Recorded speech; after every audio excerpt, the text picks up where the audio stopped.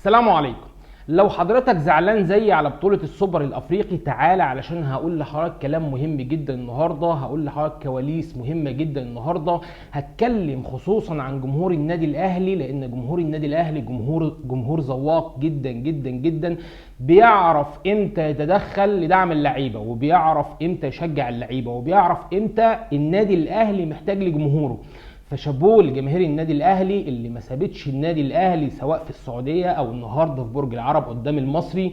الاهلي النهارده عمل ماتش محترم جدا جدا قدام المصري، قدر يكسب 4-0. هنتكلم عن التحول الكبير اللي حصل ما بين الماتش ده والماتش ده، وايه اللي حصل للعيبه، الفكر بتاع اللعيبه عامل ازاي. ماتش اتحاد الجزائري او ماتش اتحاد العاصمه الجزائري، لعيبه النادي الاهلي انا كنت حاسس ان هم داخلين الملعب حاسين ان هم هيكسبوا الماتش بنسبه 99%. حسيت ان هم عندهم ثقه زياده كبيره جدا في ميس باص بيحصل كتير جدا في الملعب، لحد يعني ممكن دقيقه 85 الكره بتاعه طاهر محمد طاهر، الراجل المفروض لسه نازل ملوش 5 دقايق بيستلم الكره غلط جدا. ده حسسني خلاص ان الماتش راح، الاطراف بتاعه النادي الاهلي كانت مقفوله تماما. الراجل المدير الفني بتاع اتحاد العاصمه الجزائري قفل كل مفاتيح اللعب على النادي الاهلي. خلينا نتكلم بمنتهى الامانه وندي الناس حقهم، ضيعوا وقت كبير، الحكم ما كانش موفق بالنسبه للنادي الاهلي، ضربه جزاء لكهربا، جول نقعد نتكلم فيه مع حضراتكم، ولكن النادي الاهلي ما كانش عنده الشراسه ان هو يكسب الماتش ده، ما كانش عنده العزيمه ان هو يكسب الماتش ده. جيت شديت حيلك في اخر تلت ساعه، ولكن يعني خلاص الموضوع كان بيتصعب. اول ما ضاعت كوره طاهر محمد طاهر اللي ما عرفش يستلمها، حسيت ان الماتش خلاص بينتهي بالنسبه لي، حسيت ان الموضوع صعب جدا. كنت اتمنى ان سيناريو ماتش الرجاء المغربي برضه في السوبر الافريقي يتكرر تاني، ولكن مش كل مره الكره هتديك اللي انت عايزه. لعيبه النادي الاهلي في الماتش ده ما كانش عندهم حلول كبيره، كنت شايف ان كولر واقف متنرفز جدا على خط الدور اللي كان بيعمله الكابتن سيد عبد الحفيظ. شفت كولر بيعمله، انا حسيت ان كولر طلع عن تركيزه بسبب الاعتراضات الكتير، ممكن يكون معاه حق فيها، ولكن مش شغلانته، دي مش قصته، دي بتاعت مدير الكوره، هو اللي يقوم وهو اللي يشوف الحكام مثلا لو في مشكله او في حاجه او عايزين يرجعوا للفار، مش قصه كولر خالص. ولكن شخصيه كابتن خالد بيه مختلفه تماما عن شخصيه الكابتن سيد عبد الحفيظ، مش بنتقده تماما، ولكن انا بتكلم ان هو المفروض يبقى موجود في الحاجات المهمه دي، الا لو كولر مش عايزه معاه على الخط، ممكن وارد. ولكن الكابتن خالد بيه وراجل هادي، نتمنى له ان شاء الله التوفيق. طبعا هتكلم برضو عن امام عاشور اللاعب. لا يعني انتوا عارفين حضراتكم ان انا كنت قايل ان انا ما كنتش حابب صفقه امام عاشور اخلاقيا بالنسبه لي، ده رايي، وما كنتش حابب ان انا اشوف امام عاشور لابس فانلة النادي الاهلي، ولكن ده امر واقع خلاص، مهما يحصل هقول رايي بمنتهى الصراحه. لكن انا النهارده هقيم امام عاشور اللعيب.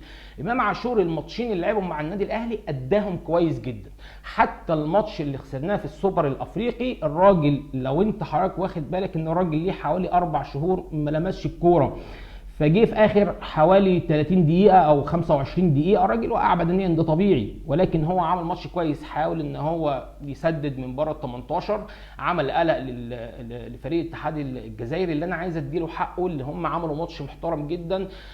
ماشي، يعني احنا ممكن نتكلم في اللي هم بيعملوه، كل جماهير يا جماعه وكل لعيبه الشمال الافريقي دايما بيعملوا كده، عارفين ان هم بيضيعوا وقت. الراجل محمود بن حليب كان بيبص على الساعه يعني علشان الوقت يخلص، ولكن الاهلي الحمد لله كسب الماتش ده.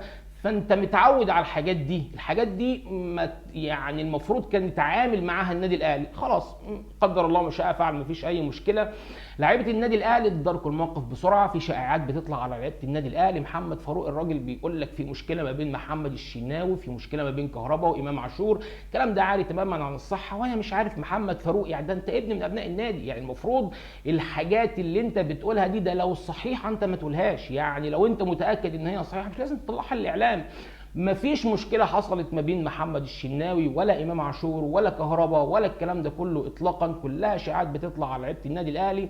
مودست الراجل بدانا النهارده ان احنا ننتقده ونقول لك 35 سنه والراجل مش عارف يجيب اجوال، وصفقه احنا لبسناها يا جماعه، الراجل جاي من الدوري الالماني، الراجل لسه بيتحسس الدوري المصري، لسه سياسه الدوري المصري او اللعب اللي احنا بنلعبه في الدوري المصري ممكن الراجل ما يكونش دخل في المود قوي، يعني ما النهارده ما عندكش كرات عرضيه كتير جدا حصلت، وحتى لو حصلت كانت بتبقى قصيره ما بتوصلش للراجل. ما تحكمش على الراجل من اول ماتش، الراجل لسه قدامه كتير جدا جدا ممكن يقدمه للنادي الاهلي. الراجل يعني هداف، وراجل شفناه مع بروسيا دورتموند كان بيعمل ماتشات محترمه جدا، وكانوا عايزينه وكان موجود لحد اخر لحظه معاهم. فالنهارده ما تجيش انت تقلل من القيمه بتاعه الراجل علشان ان هو الراجل دلوقتي محتاج دعم حضرتك، فما تبقاش انت عامل له مشكله او جميع او الراجل يعني يقرا في الصحافه او يقرا على السوشيال ميديا يلاقي ان هو منتقد او الكلام ده كله. لا، اديله فتره، اديله 7 8 ماتشات، نحاول نقيمه ونحاول نشوف الراجل هيعمل ايه مع النادي الاهلي. وانا عندي يقين جدا ان الراجل عنده امكانيات كبيره جدا هيقدمها مع النادي الاهلي ان شاء الله باذن الله. فده التحول اللي حصل ما بين الماتش ده والماتش ده.